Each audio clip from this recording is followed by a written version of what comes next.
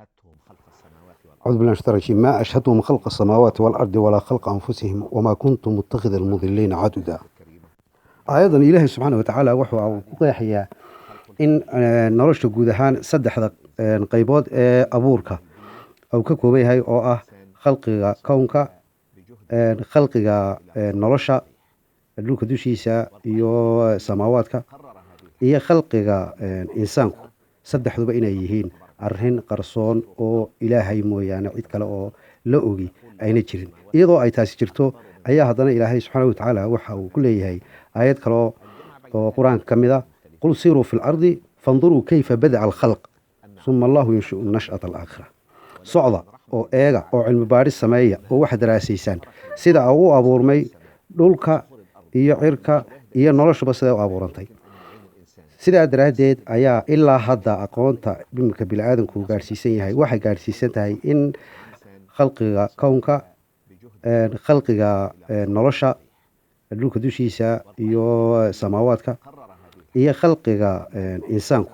saddexduba inay yihiin arrin qarsoon oo ilaahay mooyaane cid kale oo la ogi ayna jirin. iyadoo ay taasi jirto ayaa haddana ilaahay subxaanahu watacaala waxa uu ku leeyahay aayad kale oo qur-aanka ka mid ah qul siiruu fi lardi fanduruu kayfa badaca alkhalq suma allahu yunshiu nash'ata alaakhira. socda oo eega oo cilmi baadhis sameeya oo waxa daraasaysaan sida uu u abuurmay dhulka iyo cirka iyo noloshuba siday u abuurantay. sidaa daraaddeed ayaa ilaa hadda aqoonta dhimka bini'aadanku gaadhsiisan yahay waxay gaadhsiisan tahay in iyada oo aan lahayn iyadoon lahayn taageero dhinaca waxyiga ee samaawiga aan lahayn aan la ogaan karayn sida uu u abuurmay kownku iyo sida noloshu u abuurantay iyo sida bini'aadanku abuurkiisu uu ahaa. bini'aadanku waxa ay daraaseeyaan bal hadda in ay jiraan makhluuq ku uuman meel aan dhulka ahayn oo dhulka wixii ka baxsan meerayaasha inaga sarreeya oo kale inay jiraan. iyadoo oo ay taasi daraasadeedii ay socoto ayaa haddana qolo badan oo mulxiyiinta ka midii waxayna ogeyn oo ayna marnaba xisaabta ayna ku darsanba in dhulka iyo makhluuqa ku dul uuman oo dhani ay qiyaas ahaan marka loo eego makhluuqa kale ilaahay uu ku sameeyey meelo kaloo isaguna uu garanayo wamaa khalaqa allahu fi samaawaati waalardi ayuu ilaahay leeyahay iyo waxyaalaha ku abuuray samaawaadka iyo arlada dusheeda makhluuqa kale ee meelaha inaga baxsan oo kale ku abuuray ayuu ilaahay wuxuu qur-aanka ku leeyahay la khalqu samaawaati waalard akbaru min khalqi innaas. si wal oo daraasad loogu sameeyo culumta biologiga ama biochemistry ama wax walba culumta sayniska oo dhan mar wal oo daraasad lagu sameeyo haddana ilaa hadda lama hayo sirta ku jirta abuurka iyo sida ay u samaysan yihiin marnaba mana dhici karto in daraasad badan laga ogaado ilaa ilaahay intaa uu qur-aankiisa ku sheegay la daraaseeyo kadibna halkaasi ay noqoto bar laga sii tallaabo qaado oo wax laga sii ogaado. sababtaasi ayaa iminka adduunku waxa uu inta badan uu daraasad ballaadhan uu ku hayaa kitaabka qur-aanka ah qeybtiisaasi markaasi cilmiga ah ee aynu inta badan aynu idhaahno icjaaz alcilmi fi lqur'aan. waayo daraasad oo la sameeyo iyo formula wal oo la sameeyo oo aqoontaas sayniska ka mid yihi waa in ay waafaqdaa kitaabka qur-aanka oo ah kitaabka keliya iyo waxyiga keliya ee samaawiga ee khaaliqu uu ku hadlay. haddaba markii la isku dayey in la ogaa in bal hadda baaritaan iyo aqoon ahaan la ogaado cirka iyo dhulka iyo samooyinka xidigaha meerayaasha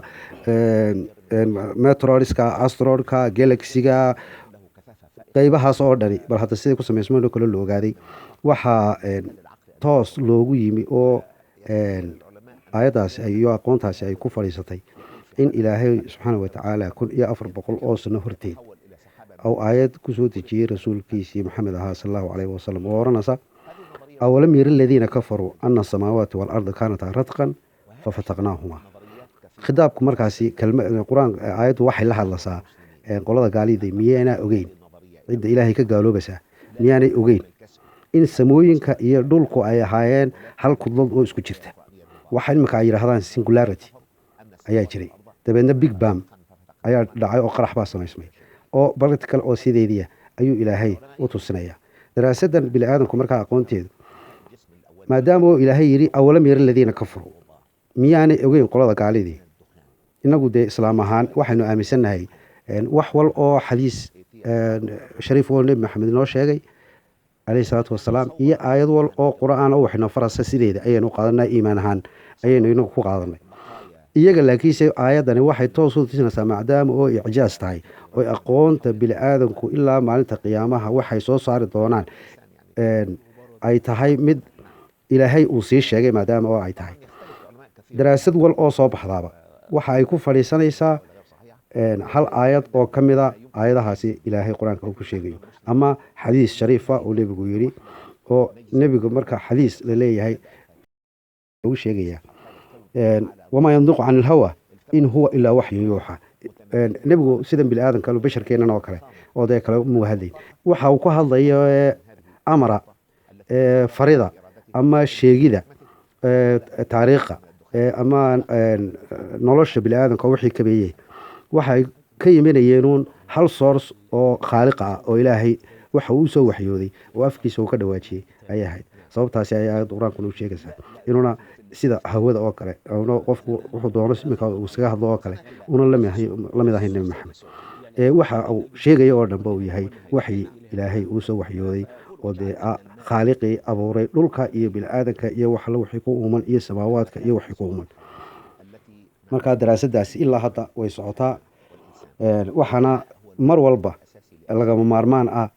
oo gaal iyo muslim lagama maarmaan u noqday in ay reference kii ugu weynaa, tixraacii ugu weynaa ee lala xiriiriyey wixii la baarayo ee saddexdaasi qaybood iyo saddexda mabda ee uu ku samaysan yahay dhulku ah, oo ah khalqul kown iyo khalqul xayaa iyo khalqul insaan, oo ah